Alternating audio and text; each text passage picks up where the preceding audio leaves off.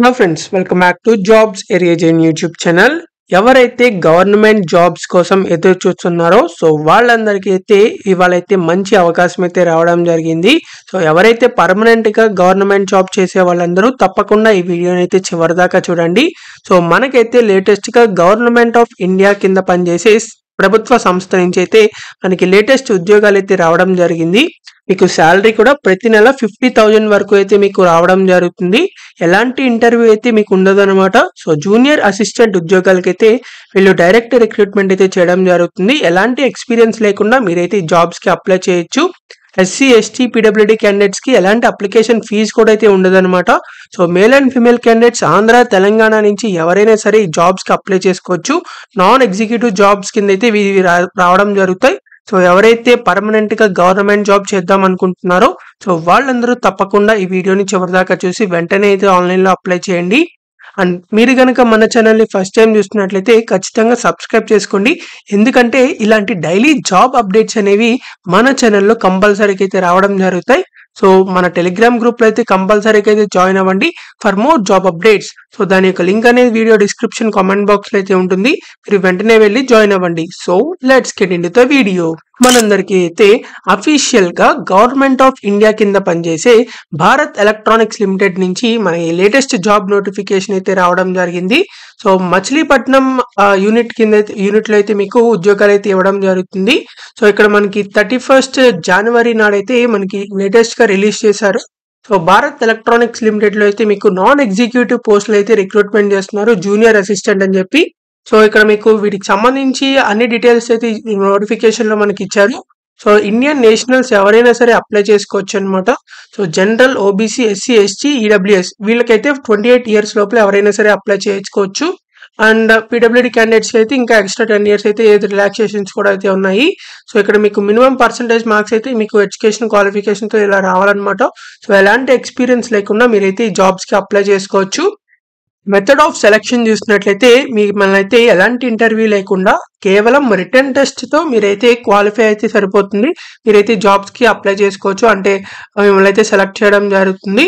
ఎవరైతే return test లో pass అయ్యి ఆ మెరిట్ లిస్ట్ ప్రకారం ఉంటారో వాళ్ళకైతే ఇస్తారనమాట జాబ్స్ అయితే. మీకు ఇక్కడ జనరల్ అవేర్నెస్, టెక్నికల్ యాప్టిట్యూడ్ ఇవైతే మీకు ఉంటాయన్నమాట. కాబట్టి తప్పకుండా అయితే మీరు అప్లై చేసుకుని రిటర్న్ టెస్ట్ అయితే రాసి పర్మనెంట్ గా జాబ్ అయితే తెచ్చుకోండి. వీటికి సంబంధించి ఎవరికైతే టై అవుతాయో మార్క్స్ వాటిని ఎలా క్యాలిక్యులేట్ చేస్తారు మెరిట్ లిస్ట్ అని చెప్పి ఇక్కడ ఇచ్చారు. పే అండ్ అలవెన్సెస్ చూసినట్లయితే మీకు ఇక్కడ మీకు బేసిక్ పే అనమాట ఇది. ఇక్కడ మీకు 50,000 వరకు అయితే మీకు శాలరీ అయితే వస్తుంది అనమాట. బేసిక్ పేతో పాటు అదర్ అలవెన్సెస్ ఉంటాయి కదా సెంట్రల్ గవర్నమెంట్ కి సంబంధించి, ఎయిర్ అలవెన్సెస్ అని, తర్వాత హౌస్ రెంట్ అలవెన్స్ అని చెప్పి, తర్వాత provident fund, pension, gratuity, group insurance, medical insurance ఇవన్నీ కూడా అయితే మీకు ఇవ్వడం జరుగుతాయి. కాబట్టి తప్పకుండా అయితే మీరు ఈ జాబ్స్ కి అప్లై చేసుకోండి. ఇక్కడ మీకు అప్లికేషన్ ఫీజు అయితే ఉంది. SC ST PWD and ex service men candidates కి ఎలాంటి అప్లికేషన్ ఫీజు అయితే లేదనమాట.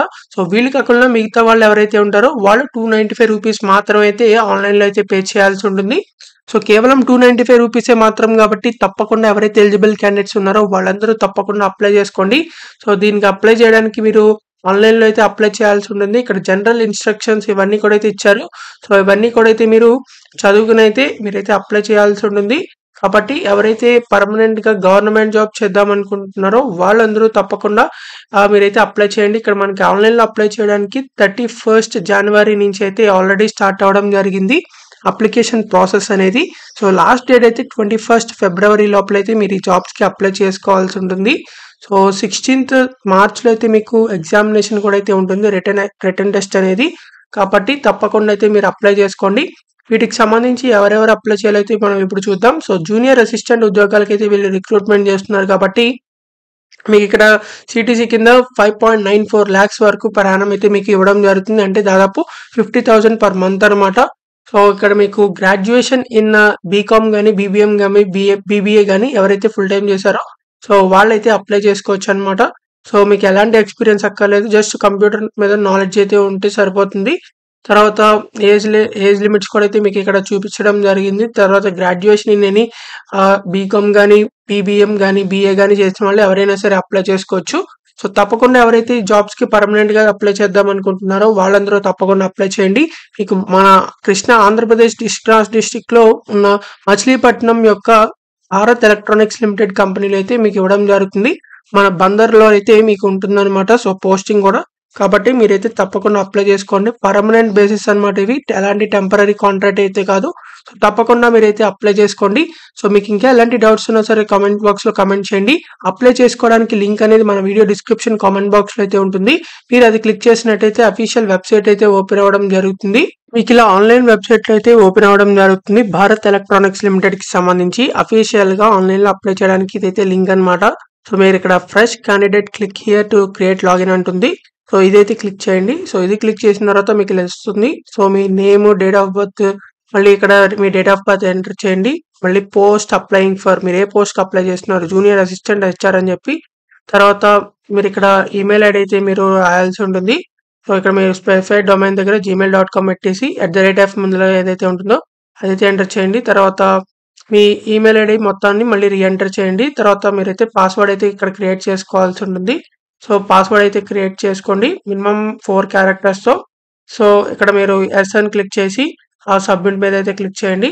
సో ఇలా సబ్మిట్ చేసిన తర్వాత మీరైతే లాగిన్ అయితే క్రియేట్ చేసుకుంటారనమాట.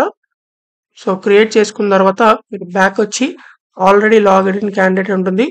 సో ఇదైతే క్లిక్ చేయండి. క్లిక్ చేసిన తర్వాత మీ ఈమెయిల్ ఐడి ఎంటర్ చేసి మీరు ఏ పోస్ట్‌కి అప్లై చేస్తున్నారు ఇది ఎంటర్ చేసి పాస్వర్డ్ అయితే ఇందాక క్రియేట్ చేసుకున్నారు కదా! ఆ పాస్వర్డ్ ఇక్కడ ఎంటర్ చేసి సబ్మిట్ మీద క్లిక్ చేసినట్లయితే లాగిన్ అయితే అవుతారు.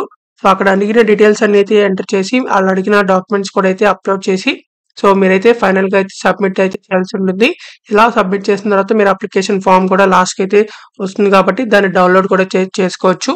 సో మీరు అప్లై చేసుకోవాల్సిన వాళ్ళు ఎవరైతే అప్లికేషన్ ఫీజ్ పే చేయాలో సో వాళ్ళైతే అప్లికేషన్ ఫీజ్‌కి సంబంధించి లింక్ కూడా అయితే మన వీడియో డిస్క్రిప్షన్ కామెంట్ బాక్స్‌లో అయితే ఉంటుంది. మీరు అది క్లిక్ చేసినట్లయితే అక్కడి నుంచి అయితే అప్లికేషన్ ఫీజ్ అయితే పే చేయాలి. SC, ST, PWD candidates, ex service men candidates ఎలాంటి అప్లికేషన్ ఫీజ్ పే చేయక్కర్లేదు. వీళ్ళు కాకుండా మిగిలిన వాళ్ళైతే అప్లికేషన్ ఫీజ్ పే చేయాలి కాబట్టి సో అదైతే మనం ఇప్పుడు చెప్పడం జరుగుతుంది. దాని లింక్ అనేది కామెంట్ బాక్స్‌లో డిస్క్రిప్షన్‌లో ఉంటుంది. అది అయితే క్లిక్ చేయండి. సో ఇదైతే అప్లికేషన్ ఫీజ్ పే చేయడానికి ఆన్‌లైన్ వెబ్‌సైట్ అన్నమాట. సో మీరు ఇక్కడ పేమెంట్ కేటగిరీ దగ్గర మీరైతే ఇది సెలెక్ట్ చేసి యారో మార్క్ మీద సో కిందకి స్క్రోల్ చేసినట్లయితే recruitment of junior assistant HR Machilipatnam అని ఉంటుంది. సో ఇదైతే క్లిక్ చేయండి.